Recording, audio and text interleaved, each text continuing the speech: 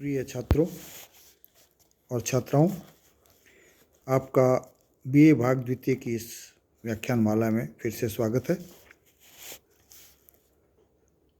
आशा है कि आप सब पूरी तरह से स्वस्थ होंगे और आगे भी स्वस्थ बने रहने की कोशिश करते रहेंगे। हमने अब तक एकांकी काल पुरुष और अजंता की नर्तकी, जो कि लक्ष्मीनारायण लाल द्वारा लिखी गई है, उसके बारे में काफ़ी हद तक जान चुके हैं। हम लाल के व्यक्तित्व एवं कृतित्व का अध्ययन कर चुके हैं। इस कहानी की संक्षिप्त कथा के बारे में चर्चा कर चुके हैं, संक्षेप के बारे में चर्चा कर चुके हैं, जान चुके हैं। इसके अलावा मुख्य जो स्थल हैं इस एकांकी के, उन पर भी हमने चर्चा की है और उनके बारे में काफ़ी हद तक जानकारी ले ली है। इतना जानने के बाद भी कुछ प्रश्न हमारे मन में अनुत्तरित रह जाते हैं, उठते रहते हैं। तो ऐसे उठने वाले प्रश्नों पर एक संक्षिप्त चर्चा हम करना चाहेंगे। पहला जो प्रश्न उठता है कि इसका शीर्षक दिया गया है काल पुरुष और अजंता की नर्तकी।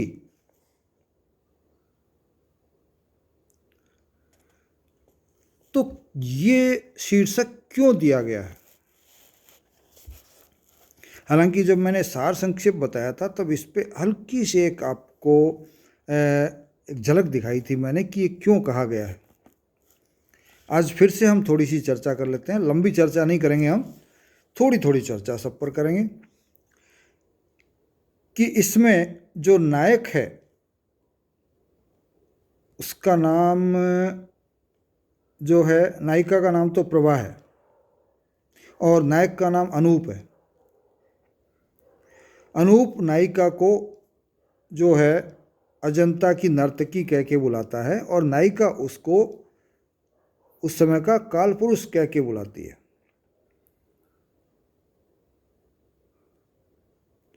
तो इस पे एक मूल कथा है। जब वो लोग अजंता की गुफा देखने के लिए जाते हैं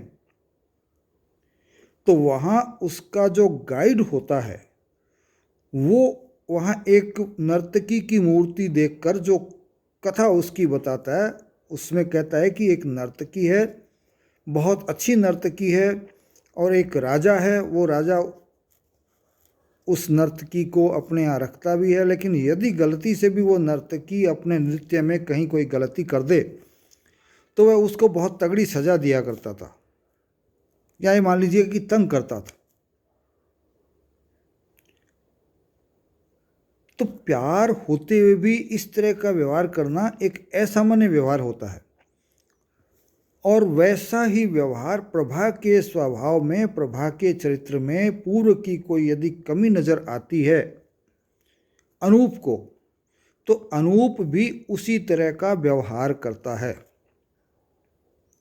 और वह अपनी पत्नी की उस गलती को भुलाता नहीं है, बल्कि उसे प्रताड़ित करता है। प्रताड़ित करने का तरीका राजा वाला न होकर के वर्तमान युग के अनुसार दूसरा है। तो यह दोनों बातें हैं जिसके आधार पे एक तो वो पुकारते हैं नाम से, और दूसरा उनका व्यवहार भी वैसा ही है। हालांकि नर्तकी वहाँ राजा के प्रति समर्पित थी और यहाँ प्रभा जो है वो अनूप के प्रति पूरी तरह से समर्पित है। तो हम कह सकते हैं कि इस कहानी का और कोई शीर्षक हो ही नहीं सकता था इससे बढ़िया। हो गई बात स्पष्ट? अब एक प्रश्न और उठता है कि क्या व्यक्ति का भूतकाल व्यक्ति के वर्तमान में उसके साथ जुड़ा रहता है, या व्यक्ति उसको पूरी तरह पीछे छोड़ सकता है? यहां इस एकांकी में यह सवाल भी उठाया गया है। अक्सर हम लोग कहते हैं कि जो बीत गया सो गया, रात गई सो बात गई, लेकिन असल में ऐसा कुछ होता नहीं है। आदमी की चाहे अच्छी यादें हों चाहे बुरा अतीत हो, वो कहीं न कहीं किसी न किसी रूप में वर्तमान में भी उसके सामने आते रहते हैं और उसको या तो प्रेरणा देते हैं या उसको चेतावनी देते हैं। या उसको बार बार कचोटते रहते हैं या मन में खुशी पैदा करते रहते हैं। तो इस एकांकी में भी वह बात उठाई गई है। इसका एक नाटक, इस एकांकी का चाहे नायक हो अनूप या चाहे नायिका हो, दोनों वर्तमान में शादी करके हंसी खुशी दिन गुजार रहे थे, लेकिन किसी तरह से उनके अतीत का संपर्क उनका हो गया उनसे। अनूप की माताजी के फोटो के माध्यम से हुआ पहले अनूप के साथ, और फिर या उससे पहले किसी घटनाक्रम के माध्यम से अनूप को पता लग गया प्रभा के अतीत का जो विवाह से पूर्व था। और वो दोनों ही अपने उस अतीत को, जो कि बुरा था लोगों की नज़रों में या खुद की नज़रों में, उसको भुला नहीं पाए। प्रभा जहाँ उसकी माताजी के प्रति अच्छे भाव रखते हुए उसकी फ़ोटो बनवा के लाई थी, फ्रेम में मढ़वा के लाई थी और वो टांगना चाहती थी, लेकिन चूंकि अनूप के साथ उसका अतीत जुड़ा था, काला अतीत जुड़ा था, उसका बुरा अतीत जुड़ा था। क्यों उसकी माँ अंधी थी और वो भीख मांगती थी, तो वो सोचता था कि ये प्रभा जो है मेरे को अपमानित करने के लिए इस फोटो को लगा रही है, जबकि प्रभा का ऐसा कुछ गंतव्य नहीं था या उसका उद्देश्य ऐसा नहीं था। तो ये क्यों हुआ? क्योंकि अनूप अपने भूत को नहीं भूल पाया, इसलिए एक अच्छी बात भी वो बुरे रूप में ले गया। और उसी तरह से प्रभा भी, वो जब मित्र के रूप में आया, उसका पुराना जो जिसके साथ वो पढ़ते समय रह चुकी थी और गांव से भाग के जा भी चुकी थी, 4-5 दिन बाहर रह के वापस भी आ गई थी। हालांकि उसने कोई गलत काम नहीं किया था, लेकिन लोगों की नज़रों में बुरा था और उसके पिता को अपना गांव जहां वो रहते थे वो भी छोड़ना पड़ा था शर्म के कारण। तो जब वो मित्र आता है उसका या बुलाया जाता है, तो वो तो यही समझती है कि मेरे को अपमानित करने के लिए उसको अनूप ने ज़बरदस्ती बुलाया है। और फिर उनकी बातें भी वो ऐसी होती है जो कि उसको चुभने वाली होती है प्रभा को। तो इस प्रकार से इन घटनाओं के माध्यम से इसमें ये स्पष्ट किया गया है कि किसी भी व्यक्ति का उसका अतीत वर्तमान में उसके साथ चलता है, उसका पीछा नहीं छोड़ता, उससे जुड़ा हुआ रहता है। उद्देश्य पर हम बार बार चर्चा कर चुके हैं, लेकिन उससे पहले हम कथानक की चर्चा करेंगे। इसमें सब तत्वों को लेकर के हम उनकी कसौटी पर इस एकांकी को नहीं कसेंगे, आप स्वयं कर लीजिएगा, क्योंकि मैं अब तक इतनी एकांकियों में आपको बता चुका हूँ एक ही तरह से। तो मैं चाहता हूँ कि इस बार उस तरह का दोहराव नहीं हो हमारे। तो मैं खाली एक कथानक की विशेषताओं के बारे में बताऊंगा कि कथानक इस एकांकी का कैसा है। निश्चित रूप से इस एकांकी का कथानक हमको बांधे रखने में सफल रहा है। नाम को पढ़ करके जब हम पढ़ना शुरू करते हैं तो अंत तक इसको पढ़ते जाते हैं, और इसके साथ साथ इस एकांकी का जहाँ कहीं जब कहीं भी मंचन किया गया होगा या कहा किया जाएगा, तो ये मंचन के मुताबिक भी पूरी तरह से अपने आप में पूर्ण एकांकी है, कहीं कोई कमी इसमें नहीं रहती है। तो एक अच्छा कथानक क्या होता है उसकी चर्चा हम कर चुके हैं, और उसी के आधार पर हम कह सकते हैं कि इस एकांकी का जो कथानक है वो संक्षिप्त भी है, बहुत अधिक विस्तार लिए हुए नहीं है, और इतना संक्षिप्त भी नहीं है कि वो बात जो लेखक कहना चाहता है वो कह ही नहीं पाए, या फिर पाठकों के समझ में आने से पहले ही समाप्त हो जाए, या इतना लंबा खींच दिया जाए कि पाठक उससे बोरियत महसूस करना शुरू कर दे, ऊब हो जाए पाठकों को उससे। तो इन चीज़ों से बच करके ये एकांकी का जो कथानक है वो एकदम उचित आकार में कहा गया है और इसमें कथानक की गतिशीलता को बनाए रखा गया है। कथानक में कहीं भी ऐसा दृष्टि में नहीं आता कि कथानक कहीं रुक रहा हो। कथानक आगे बढ़ता हुआ बिल्कुल प्राकृतिक तरीके से नजर आता है। कहीं भी ये नहीं लगता कि जबरदस्ती धकेला जा रहा है या कथानक जो है बिल्कुल रुक गया हो, ऐसा कुछ नहीं है, बल्कि बिल्कुल प्राकृतिक तरीके से, जिसे आजकल हम अंग्रेजी भाषा के प्रभाव के कारण कहते हैं, बिल्कुल नेचुरल प्रवाह के साथ कथानक आगे बढ़ता है। फिर दूसरी चीज़ होती है कि कथानक में रोचकता होनी चाहिए, तो इस कथानक में रोचकता भी है।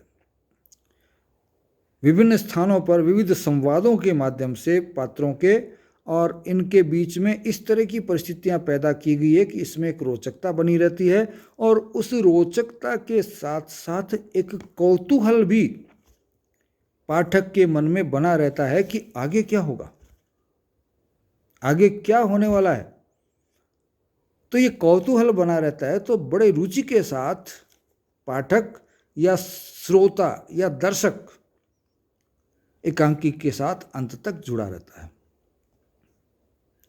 तीसरा होता है कि जो घटनाक्रम एकांकी में चलता है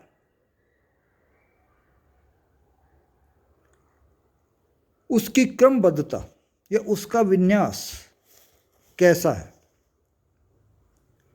क्या कहीं क्रम में बाधा आती है, या जो चीज़, जो बात, जो घटना पहले होनी चाहिए थी वो बाद में होती है और जो बाद में होनी चाहिए थी वो पहले होती है, या कोई ऐसा घटनाक्रम फालतू में कहीं लगा दिया गया हो जिसकी कहीं आवश्यकता ही नहीं थी, या ऐसा कोई छोड़ दिया गया हो घटनाक्रम जो कि आवश्यक था और नहीं दिया गया हो। तो इस एकांकी में इस तरह की बातों का पूरा ध्यान रखा गया है और बड़े प्रभावशाली ढंग से एकांकीकार अपनी बात को यहाँ स्पष्ट रूप से कहने में सफल रहा है, सक्षम रहा है। तो कथानक की दृष्टि से हम कह सकते हैं कि कथानक का विकास इस एकांकी में बड़ा ही अच्छा हुआ है और अच्छे तरीके से हुआ है। एक होता है एकांकी में दृश्य विधान। हम जानते हैं कि एकांकी में अंक तो कितना होता है, सिर्फ एक अंक होता है, नाम इसलिए इसका एकांकी है, लेकिन उसमें दृश्य कई हो सकते हैं। और इस एकांकी को जब हमने पढ़ा था या आपको सार संक्षेप बताया था, तब कितने दृश्य बताए थे मैंने? 2 दृश्य। तो यह एकांकी 2 दृश्यों में लिखी गई है। तो दृश्यों का बहुत अधिक होना एकांकी के प्रवाह में बाधा पैदा करता है। तो इसमें दृश्य 2, एक तो नहीं है, लेकिन 2 दृश्य हैं जो कि एकांकी के प्रवाह में कहीं भी, उसके विधान में कहीं भी, या उसका जो दृश्य विधान है या उसका जो मंचन के लिए एक माहौल होना चाहिए वो कहीं भी उसमें बाधा पैदा नहीं करता है। पहले दृश्य में शुरुआती जो बातें हैं इस एकांकी की वो कही जाती है और अधिकांश बात वहाँ तक कह दी जाती है। दूसरे में फिर क्या पटाक्षेप करते हैं, जब कहानी नीचे की उतार की तरफ आती है तो उससे पहले दूसरा दृश्य प्रारंभ कर दिया जाता है। तो इस तरह से हम देखते हैं कि दोनों ही दृश्यों में जिस तरह के दृश्य विधान किए गए हैं उनमें कहीं भी कोई भी बाधा नहीं पैदा होती, और जो भाव जिस तरीके से उभारे जाने चाहिए, प्रस्तुत किए जाने चाहिए, मन में आने चाहिए पाठक के, वो सारे पूरी तरह से उभर करके आते हैं। तो इस तरह से हम कह सकते हैं कि जो घटनाक्रम इसमें दिया गया है वो इस कहानी के कथाक्रम को, इस एकांकी के कथाक्रम को या कथानक को पूरी तरह से आगे बढ़ाता है। एक विशेषता होती है किसी भी कथानक की, द्वंद्व, और जहाँ द्वंद्व होता है वहाँ संघर्ष भी होता है। द्वंद्व मन का भी हो सकता है और बाहर का भी हो सकता है, और इसमें जो द्वंद्व दिखाया गया है वो भीतर का भी है और बाहर का भी है। दोनों तरह के द्वंद्व इसमें दिखाए गए हैं। पहले तो जो अनूप के मन में चल रहा होता है द्वंद्व, जब उसको पहले से पता लगता है कि प्रभा का उस दूसरे व्यक्ति के साथ वो पढ़ते समय भाग करके चली गई थी, हालांकि भाग करके गई नहीं थी, एक दूसरा कारण था, वो हुआ।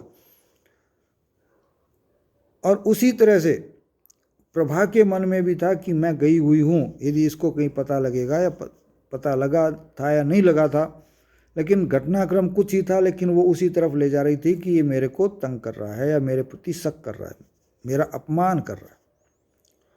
और वही द्वंद्व फिर दोनों का बाहर, वो मित्र को बुलाता है उस रूप में आता है, और वो घर को छोड़ करके जाती है, वो आता है, वहाँ आकर के द्वंद्व समाप्त होता है। और उनमें पहले संघर्ष होता है द्वंद्वों में। तो इस प्रकार से हम देखते हैं कि उन दोनों व्यक्तित्व जो है दोनों के, उनमें पहले स्वयं के भीतर भी संघर्ष चलता है, फिर दोनों के भीतर भी, दोनों के आपस में भी संघर्ष चलता है। किसका? दोनों में द्वंद्व जो है उसमें। तो हम कह सकते हैं कि मानव मन का द्वंद्व और मानव जीवन का द्वंद्व दोनों इस एकांकी में बहुत अच्छी तरह से उभारे गए हैं और रखे गए हैं। तो इस प्रकार से हम कह सकते हैं कि ये एकांकी का कथानक जो है वो अपने समय का जो परिवेश था, जो समकालीन परिवेश था, उससे पूरी तरह से जुड़ा हुआ है और कौतूहलवर्धक तो है ही, इसके अलावा इसमें रोचकता है, सजीवता है, इसमें गतिशीलता है। और यहाँ एक चीज़ जो और है वो बताई गई है कि इसमें वैवाहिक संबंधों को लेकर के अक्सर जो गलतफहमियाँ पैदा हो जाती है, उन गलतफहमियों का भी, उनमें उसके कारण पैदा हुई कुंठाओं का, उसके कारण पैदा हुए दुख या पीड़ा जो है, उनका इस एकांकी में बहुत अच्छा वर्णन मिलता है, बहुत ही मार्मिक वर्णन हमको मिलता है।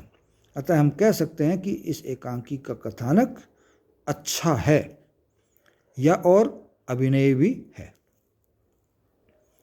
अब आते हैं इनके चरित्र पर, लेकिन चरित्र के बारे में हम, दो पात्र हैं इसमें मूलतः, उन दोनों के चरित्र के बारे में हम कल अध्ययन करेंगे। आज पूरा नहीं हो पाएगा क्योंकि लगभग काफ़ी समय जो है 20 मिनट के आसपास उसमें लग जाएगा, और हमारा जो ये व्याख्यान है वो थोड़ा लंबा हो जाएगा, और मैं नहीं चाहता कि हमारा व्याख्यान 20 मिनट से थोड़ा बहुत ऊपर से या उससे नीचे जाए।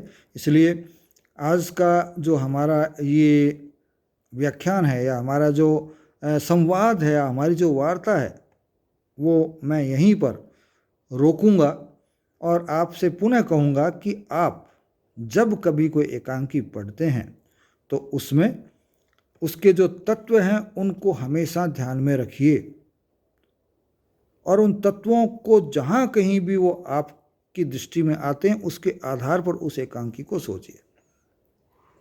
कथानक पूरा पढ़ने के बाद आपको ध्यान आएगा तो कथानक कौन कौन से मूल बिंदु होते हैं वो आप ध्यान करिए। चरित्र किस प्रकार से इसमें चरित्र हैं, कितने चरित्र हैं, अच्छे हैं बुरे हैं, कौन प्रमुख है, ये सारी बातें आपको देखनी होती है।